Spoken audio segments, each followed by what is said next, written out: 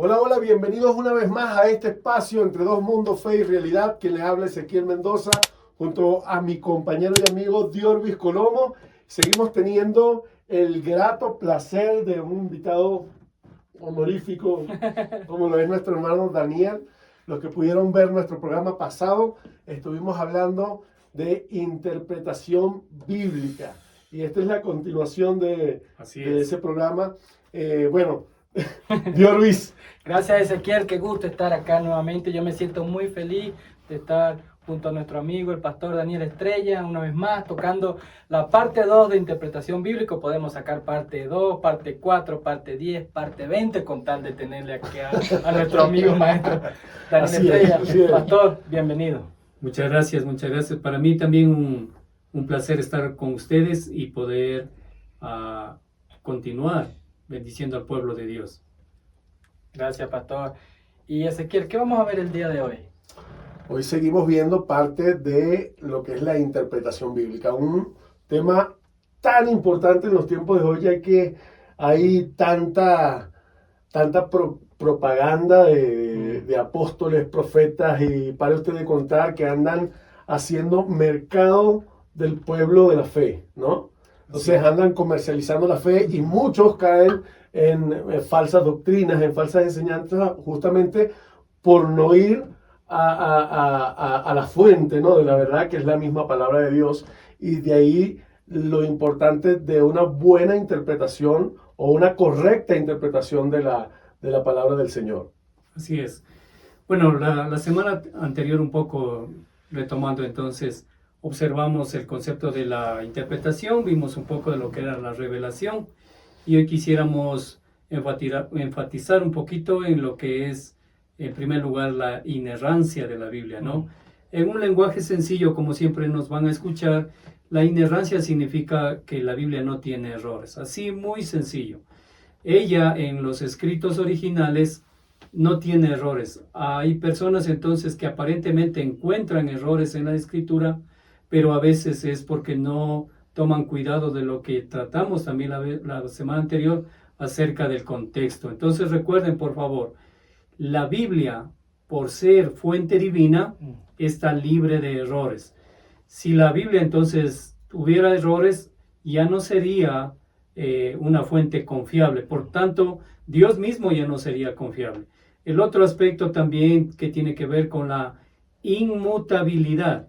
Es decir, la Biblia no cambia. Los principios establecidos en ella son principios eternos. El mundo puede cambiar, la cultura puede cambiar, las personas pueden cambiar, pero en esencia la Biblia sigue siendo la misma desde el momento en que fue escrita por estos hombres que fueron guiados por el Espíritu Santo. Ella no cambia, ella no varía, ella se adecua a cualquier momento y a cualquier cultura. Wow, y esa es nuestra base, ¿no? Ese es nuestro fundamento para nosotros entonces proclamar lo que proclamamos, creer en lo que creemos, porque partimos de que esta es inmutable, esta es inerrante y podemos, es infalible. Podemos fiarnos también al 100% de ella, y esa es nuestra convicción de que todo lo que nosotros decimos en este programa tiene un fundamento bíblico objetivo para practicar una verdad bíblica. Por supuesto que sí. ¿Y qué haríamos entonces con todas estas personas que a veces, pensando en la inerrancia de la palabra, que la escritura a lo largo del tiempo se ha alterado de alguna manera por la mano del hombre? Creo que Ciertamente sí existen alteraciones que hoy terminaron en doctrinas y sectas muy alejadas de la verdad bíblica, por supuesto. Pero ¿qué haríamos con todas aquellas personas que piensan que las versiones bíblicas que tenemos hoy han sido alteradas por la mano del hombre, por decisión de hombre? Justamente voy a empezar por lo que mencionó casi al final, ¿verdad? Las versiones de la Biblia. Creo que por darle claridad a las personas, hay versiones que por clarificar o para hacerle un lenguaje más sencillo, va perdiendo la riqueza realmente de los escritos originales. Hay buenas versiones como hay versiones completamente alejadas de lo que originalmente los escritores quisieron colocar como parte de la voluntad del Señor. En ese sentido, entonces, hay que tener mucho cuidado las versiones que uno escoge. No por tener un lenguaje sencillo significa que se ajustan a lo que originalmente fue el mensaje de la palabra. Y entonces, la pregunta surgiría aquí, ¿cómo yo sé qué versión es la apropiada? ¿Cómo yo escojo entonces una versión que realmente sea confiable? Y aparte de revisar entonces los escritos, creo que una de las más confiables hasta el día de hoy sigue siendo la Reina Valera. Quizás esta podría ser una de las principales. Obviamente hay personas que se apoyan también en la nueva versión internacional, que es una versión bastante aceptable. La versión de las Américas es otra versión apropiada. Y yo diría que nos manejemos en esas tres por lo menos, ¿no? Hay otras versiones la versión de la Biblia arcoíris, otras que son, exactamente, que son la palabra de Dios para todos, o la nueva traducción viviente. Hay un sinnúmero de traducciones, pero creo que estas tres primeras que indiqué serían las más confiables o las más cercanas, por lo menos, al texto original. Exacto. Ahí también debemos aclarar, por favor, que cuando hablamos de textos originales, recordar que hablamos entonces de los manuscritos antiguos, que miente la persona que haya dicho que ha visto los textos originales, a menos que sea un erudito. ¿Por qué? Porque solamente los eruditos tienen acceso a ellos. Son documentos tan valiosos que no pueden estar al alcance de cualquier persona. Entonces, en lo personal, yo no he visto un texto original. Debo creer que hay un texto original y que está muy bien resguardado. Pero esto es algo que necesitamos aclarar también. Sí. Valdría la pena, Pastor Daniel,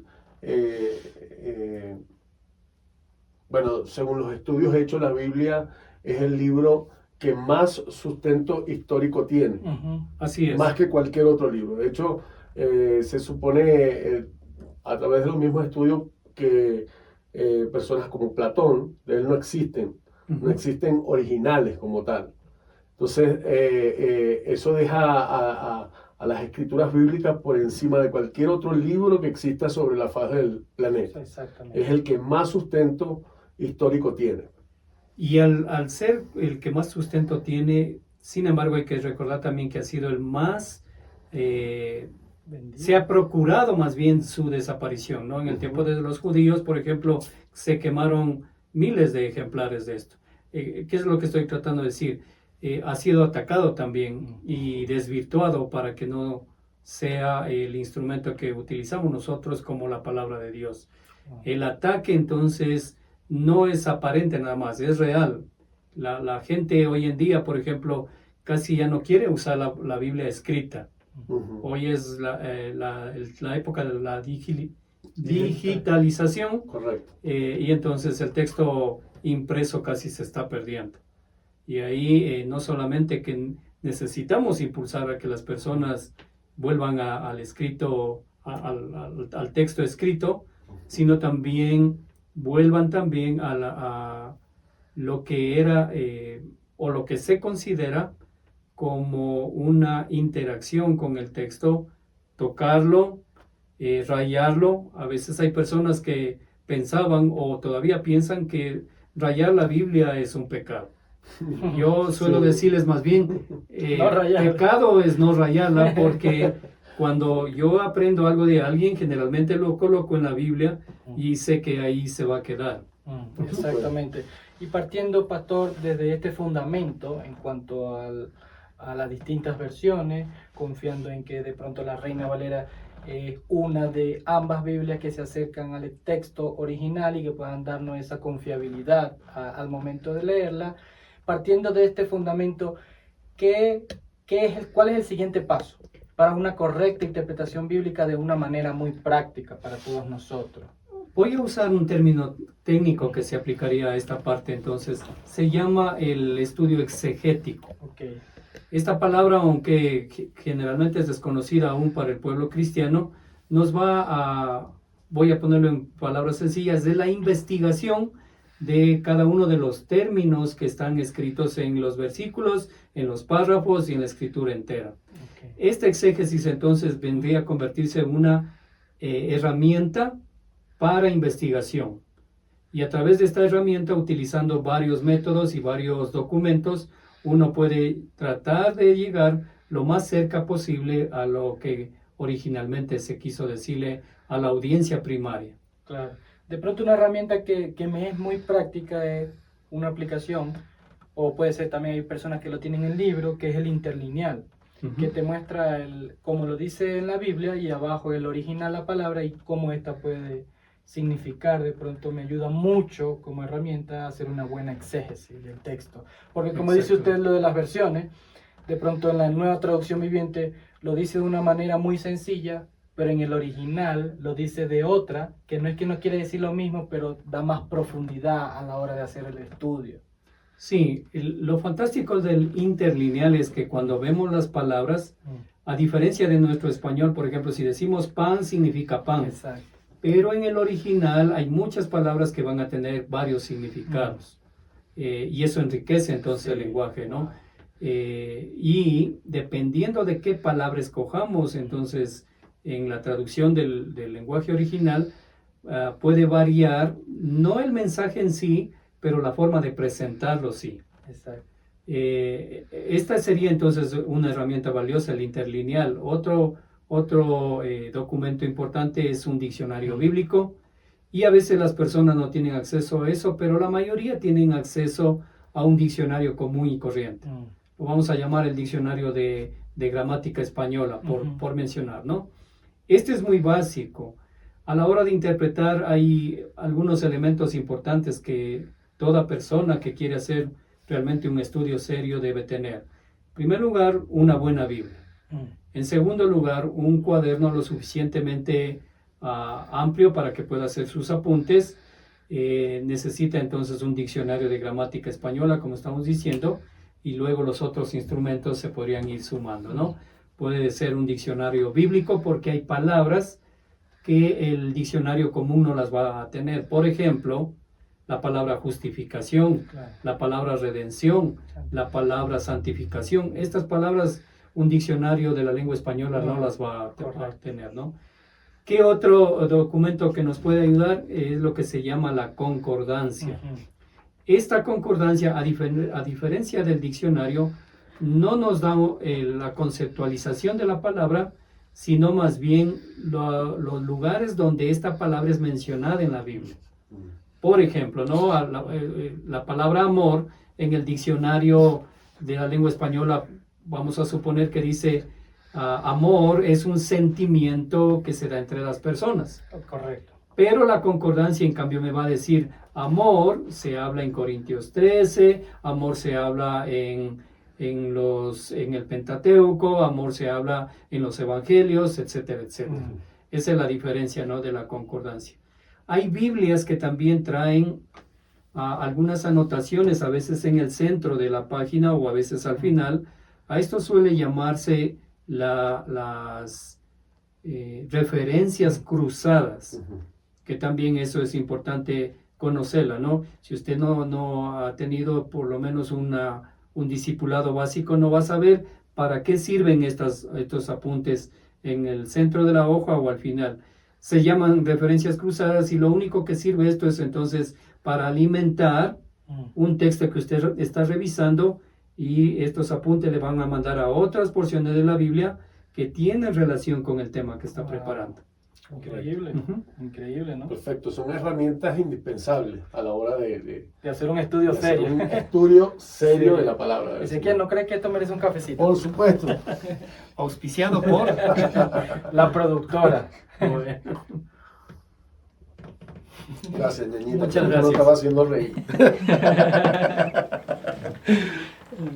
Bien, la importancia, ¿no?, de llegar a la palabra del Señor con todas estas herramientas no sustituye por nada la acción del Espíritu Santo en la vida de un individuo, ¿no?, que está por encima de cualquier programa o cualquier utensilio que nos ayude a descifrar las escrituras. Bueno, digo descifrarlo no porque sea un libro codificado, sino hablo de la inspiración del Espíritu Santo, hablo de la iluminación del Espíritu Santo, y justamente en donde nos ilumina es en su palabra, ¿no?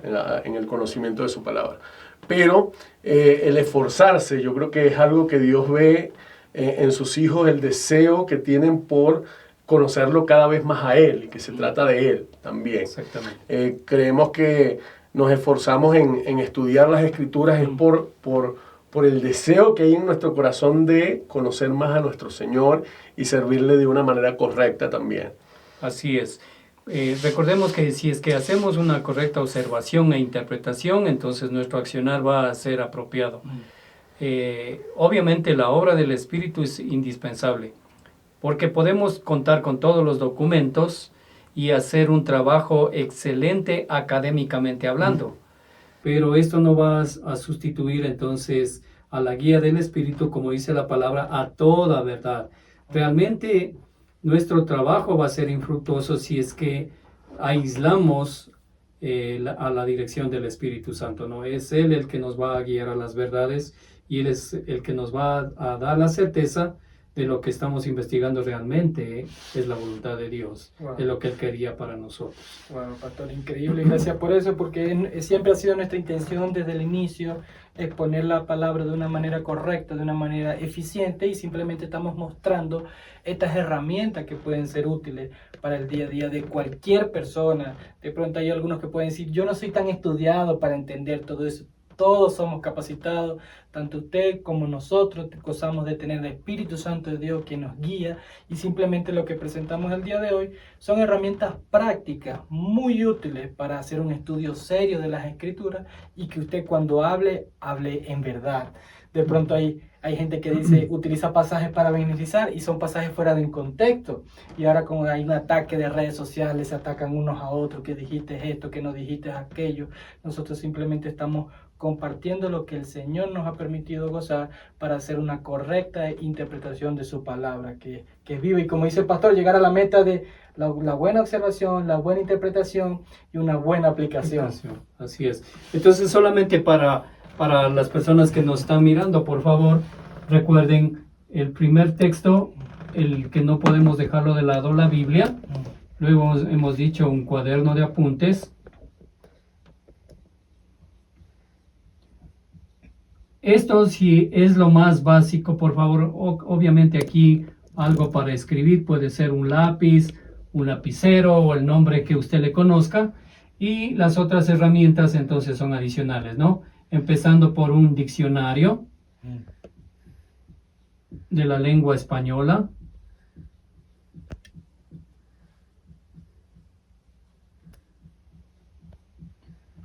Luego entonces se mencionó el léxico,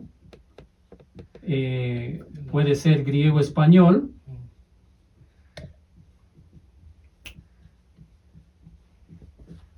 Luego entonces está la concordancia. Y en la Biblia, aquí hay las referencias cruzadas, ¿no? Y el interlineal también, ¿no? Ah, sí, referencias Es lo mismo, interlineal y... cruzadas. Sí, el léxico o el interlineal es casi lo mismo, ¿no? Okay. Esto sería lo básico. Pero recuerde, dijimos que todo esto depende y debe ser entonces la norma, que por sobre esto está la influencia del Espíritu Santo.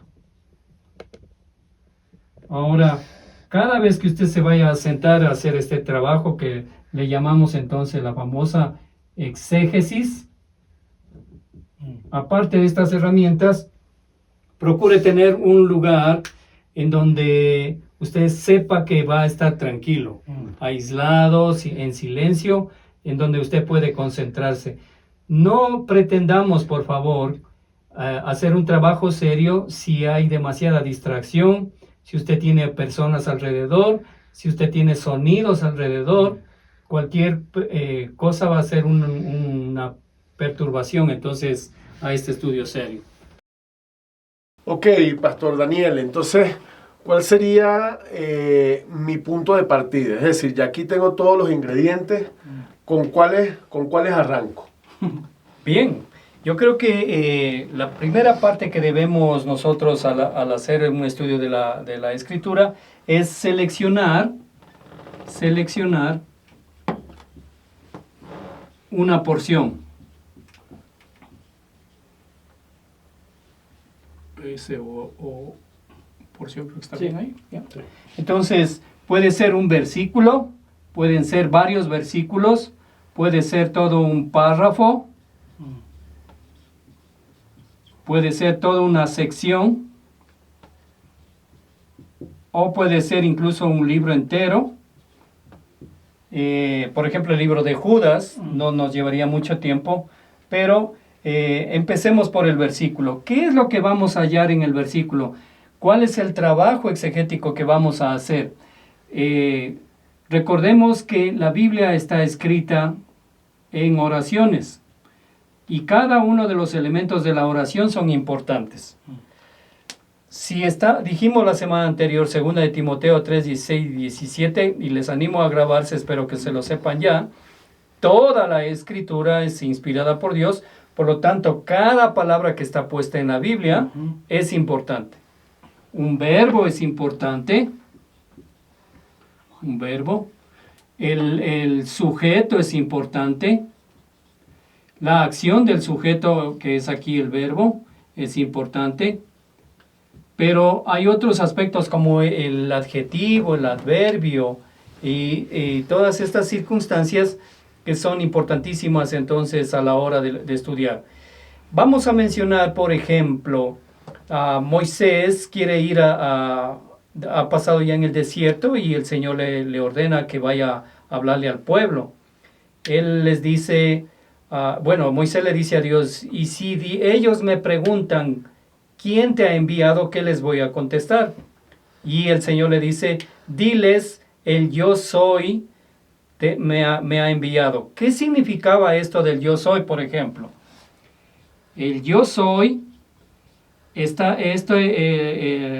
viene del verbo ser y está en un modo, en un presente continuo, por favor, en la gramática. Presente continuo. ¿Qué significa entonces esto? Que el yo soy es el que es, el que era y el que será. Esto nos ayuda a la gramática, pero una vez que determinamos entonces esto, al aplicarlo a la persona de Dios, lo que realmente Dios le estuvo diciendo a Moisés, dile a la gente, el eterno Dios me ha enviado. Así es. ¿Y cuál era el énfasis entonces ahí? ¿Cuál era el énfasis ahí? Recordemos que ellos estuvieron alrededor de Egipto y ahí tenían varios dioses. Moisés tenía que diferenciar de esos dioses que estaban en Egipto con el eterno Dios que iba a caminar con ellos en el desierto. Eso por dar un ejemplo, ¿no? Hay otras circunstancias en las que el verbo, por ejemplo, es una orden.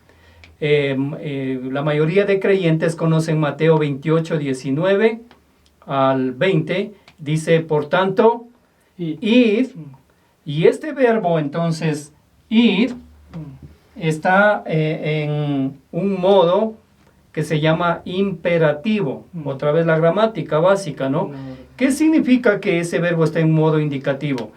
Que el Señor da una orden, no es una sugerencia para la iglesia, entonces hablar del Evangelio, es una orden. Podríamos traducirlo como vayan y hagan discípulos. No es un, por favor, quisiera que en mi nombre vayan a evangelizar. No. O si quiere vayan. Exacto, y si es que evalúan que quieren ir. Exactamente, o si no tienen otra cosa que hacer, vayan. No, es una orden. Y esta orden realmente algunos lo entienden como mientras van en el camino, vayan y hagan discípulos, ¿no? Es un accionar entonces que no está limitado a un tiempo que le doy al Señor. Ese tiempo está abierto a cualquier parte del día de nuestra vida también. Wow, impresionante, ¿no? Porque de pronto dicen, no, yo no estoy llamado a evangelizar, porque hay gente que está destinada solamente a evangelizar, a predicar la palabra, y ahí uno puede como que sacar ya el texto y desarmarlo a su antojo. Exacto. Que sería lo contrario a la exégesis, ¿no? Sí. Que llevar la exégesis, donde uno lleva esos argumentos pasados, esos pensamientos, esa subjetividad. Y aquí lo vemos, es claro, es una orden. Vayan o vayan, aquí no hay opción.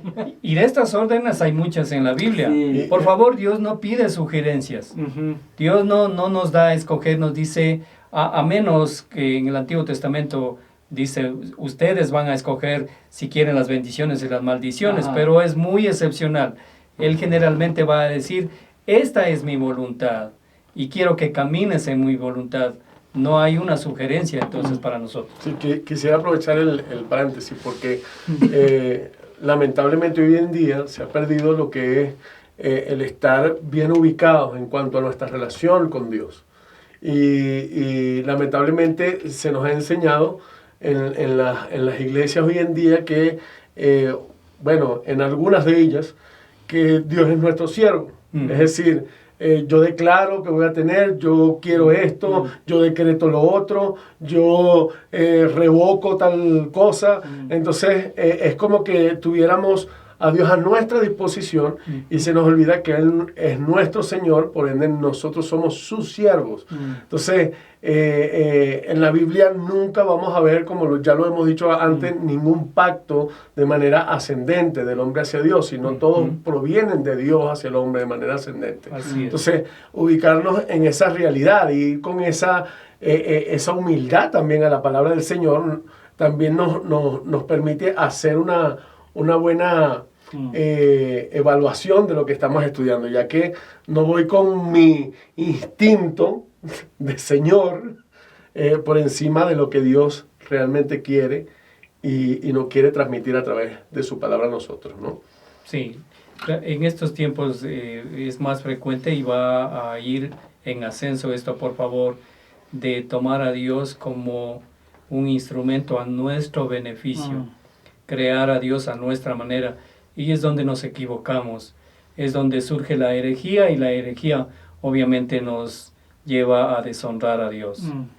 Exactamente. Sí, y terminaríamos en el mismo oficio de ser idólatras, ¿no? Porque a veces cuando la palabra del Señor dice no te harás imagen, hablando de nuestro Dios, en ese sentido no tan solo es hacer un cuadro y adorarlo, sino que yo haga un Dios conforme a lo que yo pienso y quiero, y mi semejanza, sino que conozcamos a Dios. Es lo que estamos tratando de hacer a través de estos programas, de cómo interpretar correctamente la Biblia, porque la Biblia o esta gran herramienta como es la teología, la teología no significa estudiar a Dios como tal, sino estudiar la revelación de Dios. Exactamente. Porque Él es tan grande y la misma palabra dice que sus pensamientos no son nuestros pensamientos.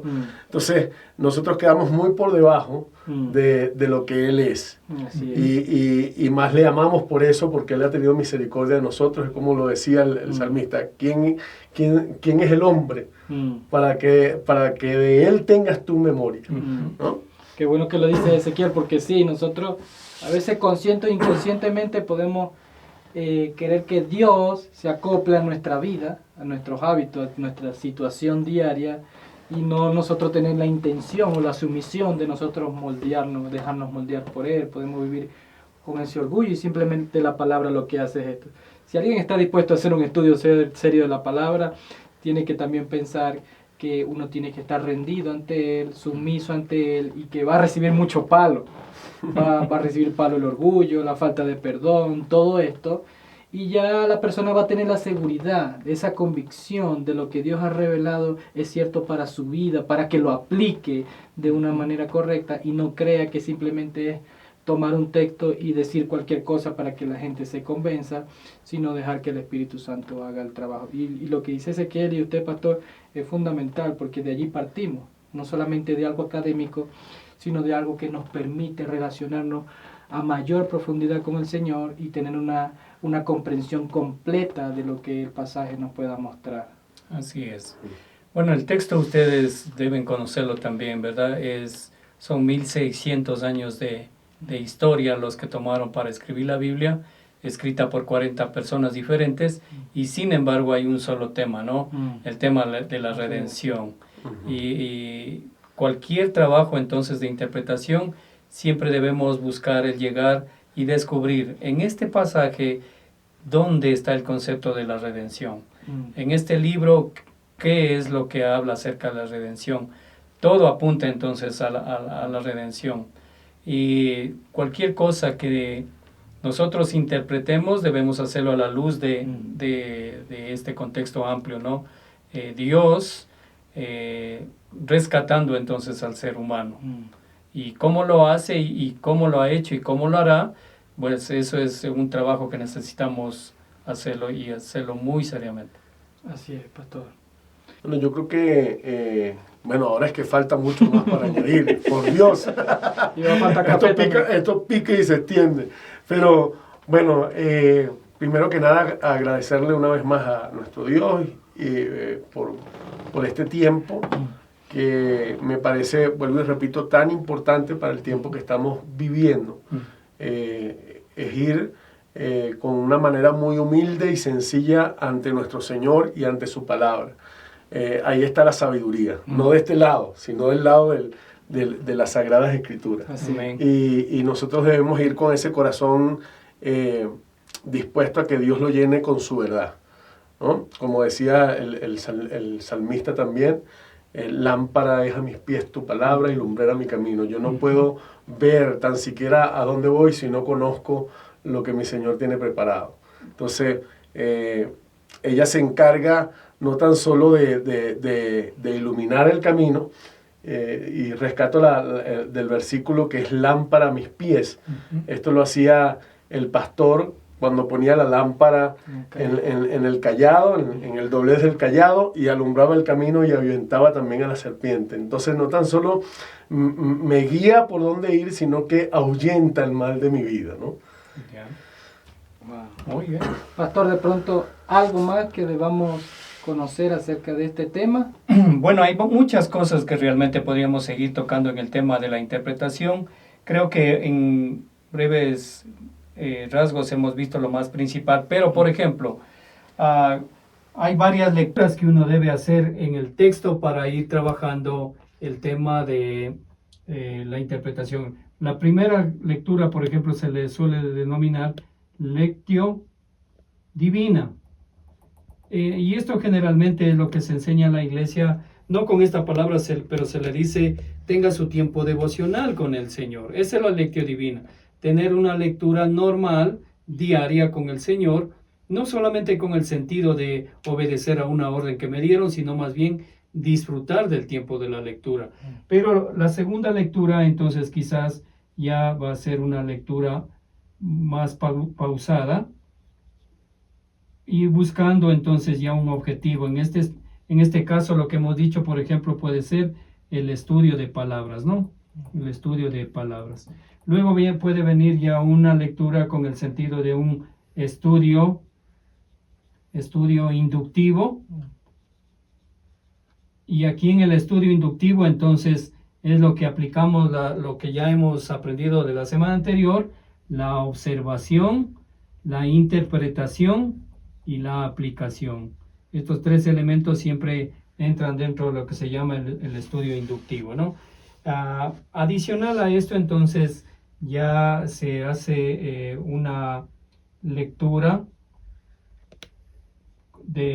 contextualizada.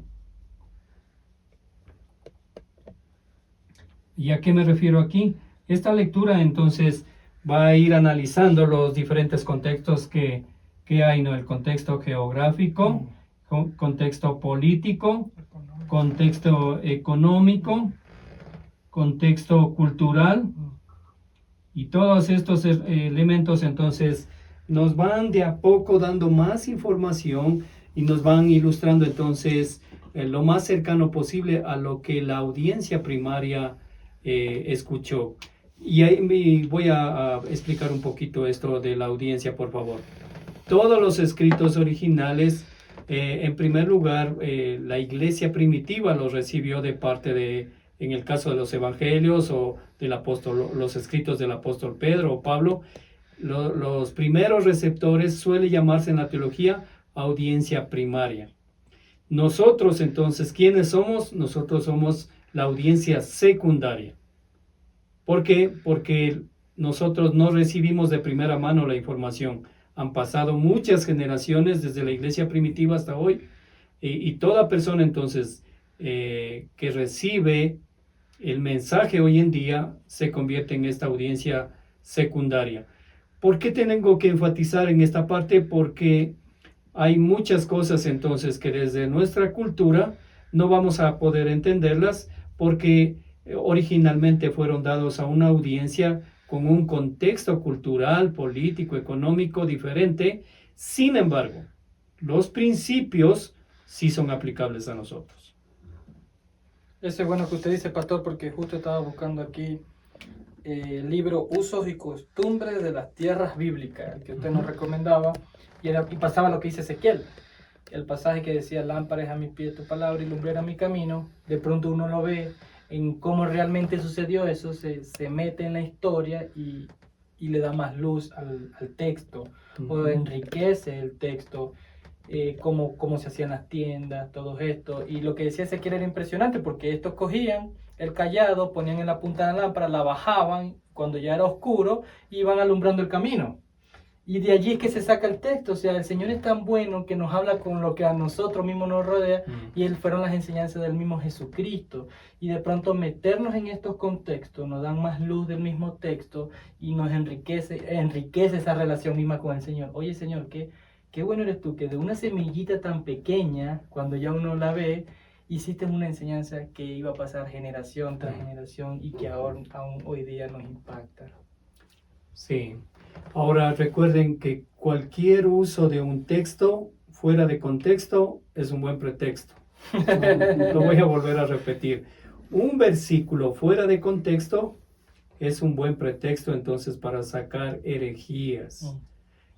Tengamos mucho cuidado de usar versículos fuera de su contexto, fuera de lo que está diciendo antes de ese versículo y después de ese versículo. Wow, impresionante. Sí. Lo último sería, yo sé que de repente algunas de las personas que nos están escuchando son lectores fieles de la palabra de Dios, les gustaría tener un montón de herramientas, pero algunos de ellos ni siquiera las entienden, ¿no? Yo creo que vuelvo a, sin que esto pierda en lo absoluto nada de la importancia que debe tener, porque estas herramientas vienen a ser un aporte especialísimo, ¿no? Para los que de verdad aman la palabra del Señor y quieren comprenderla fielmente, ¿no? En su contenido fiel, diría yo. Pero vuelvo a señalar que el Espíritu Santo es el maestro por excelencia. Yo creo que, como lo dice su palabra, el que lo busca es porque Dios ha puesto en su corazón realmente que Él le busque. Es el trabajo del Espíritu Santo de Dios en nosotros, y es no descuidar para nada la palabra de Dios, su verdad, su esencia, porque estos son tiempos muy peligrosos.